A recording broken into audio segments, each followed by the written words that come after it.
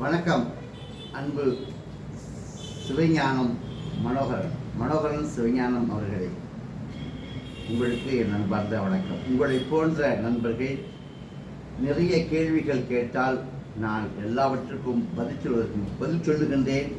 பதில் சொல்வதற்காகவே இருக்கின்றேன். தமிழில் 21 எழுத்துக்களில் எழுத முடியும் என்று நான் கண்டுபிடித்தேன். இதனை விவரம் எப்படி என்று கேட்கும்போது குழம்பும் குழப்பம் என்று நீங்கள் எனக்கு கொடுத்திருக்கின்றீர்கள். உங்களுடைய கமெண்டிலே குழம்பும் குழப்பம். இந்த குழம்பும் குழப்பம் என்பதன் அர்த்தத்தை நான் இன்னும் விரிவாக உங்களிடமிருந்து தெரிந்து கொள்ள ஆசைப்படுகின்றேன். நீங்கள் எனக்கு அதை தெரியப்படுத்தினால் அல்லது என்னுடைய செல் நம்பர் உங்களுக்கு கிடைக்கும், அதிலே இருக்கின்றது. இல்லை என்றால் நான் சொல்லுகின்றேன் 9486150970. இந்த செல்போனிலே நீங்கள் என்னிடம் தொடர்பு கொண்டு உங்களுக்கு உள்ள சந்தேகங்களை கேட்டால் நிச்சயமாக உங்களுக்கு நான் பதில் சொல்வேன். பதில் சொல்ல கடமைப்பட்டுள்ளேன். ஏனென்றால் நான் தான் இதை அறிமுகப்படுத்தி இருக்கின்றேன்.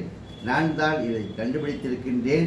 இதற்கான அர்த்தத்தை நானே உங்களுக்கு சொல்லும் பொழுது நிச்சயமாக நீங்கள் நன்கு தெரிந்து கொள்வீர்கள்.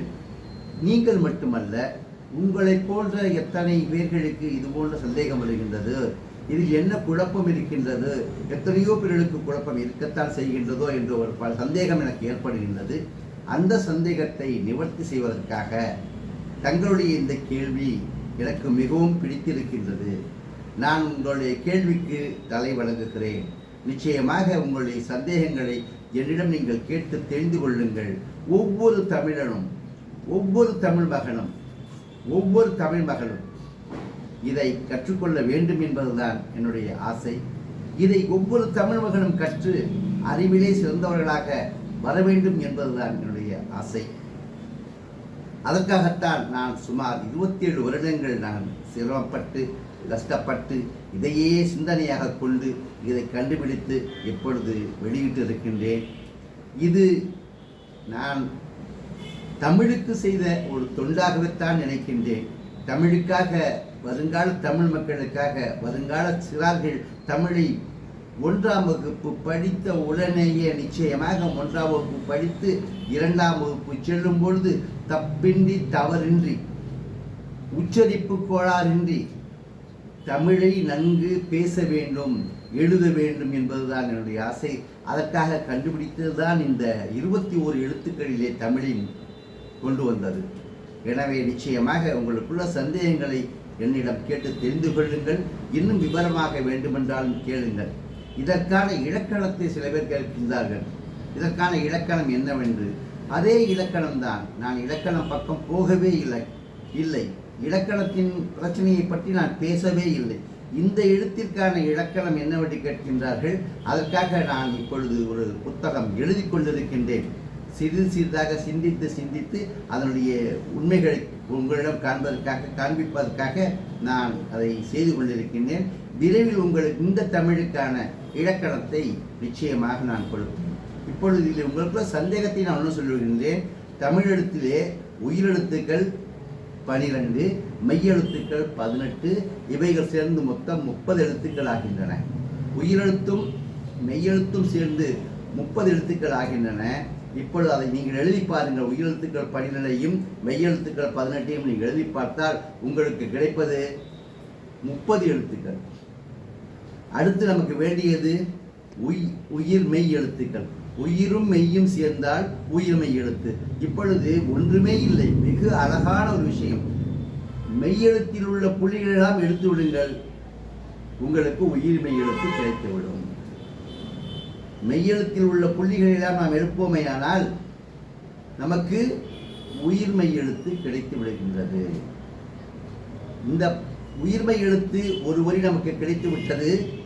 க, ங, ச, ங, ட, ந, த, ந, ப, ம, ய, ர, ல, வ, ழ, ள, ர, ந. 18 எழுத்துக்கள் இந்த மெய்யெழுத்துக்கள் நமக்கு அதாவது உயிர்மெய் எழுத்துக்கள் கிடைத்து விட்டன. புள்ளியை இழுத்தவுடன் நமக்கு கிடைத்தவை இவைதான். நமக்கு இப்பொழுது தமிழ் முடிந்து விட்டது. மெய்யெழுத்தும் உயிரெழுத்தும் சேர்ந்தது உயிர்மெய் எழுத்து நமக்கு கிடைத்து விட்டது. இந்த உயிரையும் மெய்யையும் இப்பொழுது நாம் சேர்த்து சேர்த்து எழுதப் போகின்றோம். உயிரையும் மெய்யையும் சேர்த்து எழுதினால் நமக்கு உயிர்மெய் எழுத்து கிடைத்து விடுகின்றது. நாம் என்ன சொல்லுகின்றோம்? உயிரும் மெய்யும் சேர்ந்த முதல் வரி நமக்கு கிடைத்தது காங்கா சாங்கா டானா என்ற முதல் வரி உயிர்மெய் எழுத்து. இப்பொழுது நமக்கு தேவை ஒலிகளை மாற்ற வேண்டியவை மட்டும்தான். அந்த ஒலிகளை மாற்றுவதற்காக நாம் என்ன செய்கின்றோம்? அதில் சில குறிகளை இடுகின்றோம். அந்த குறிகளை இடுவதற்காக கே என்பதற்கு கொக்கி போடுகின்றோம், கே என்பதற்கு இரட்டை கொக்கி போடுகின்றோம், கோ என்பதற்கு ஒரு கொக்கி போட்டு ஒரு கா போட்டு ஒரு கால் வாங்குகிறோம். இப்படியெல்லாம் இருக்கின்றது.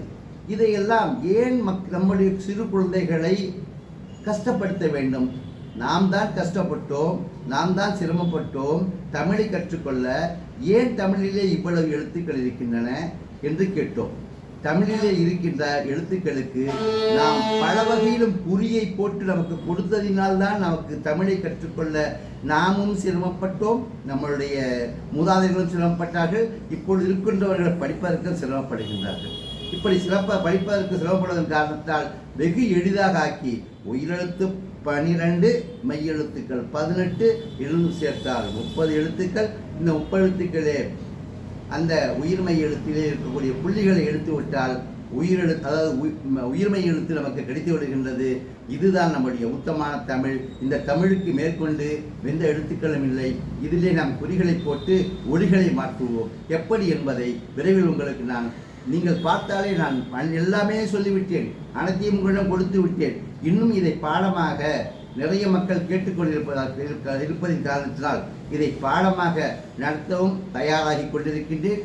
நிச்சயமாக இந்த பாடத்தை உங்களுக்கு வெகு விரைவில் நான் உங்கள் முன் சமர்ப்பிப்பேன் என்று கூறி விடைபெற்றுக் கொள்கின்றேன். நன்றி, வணக்கம், அன்பு சகோதரர்களே.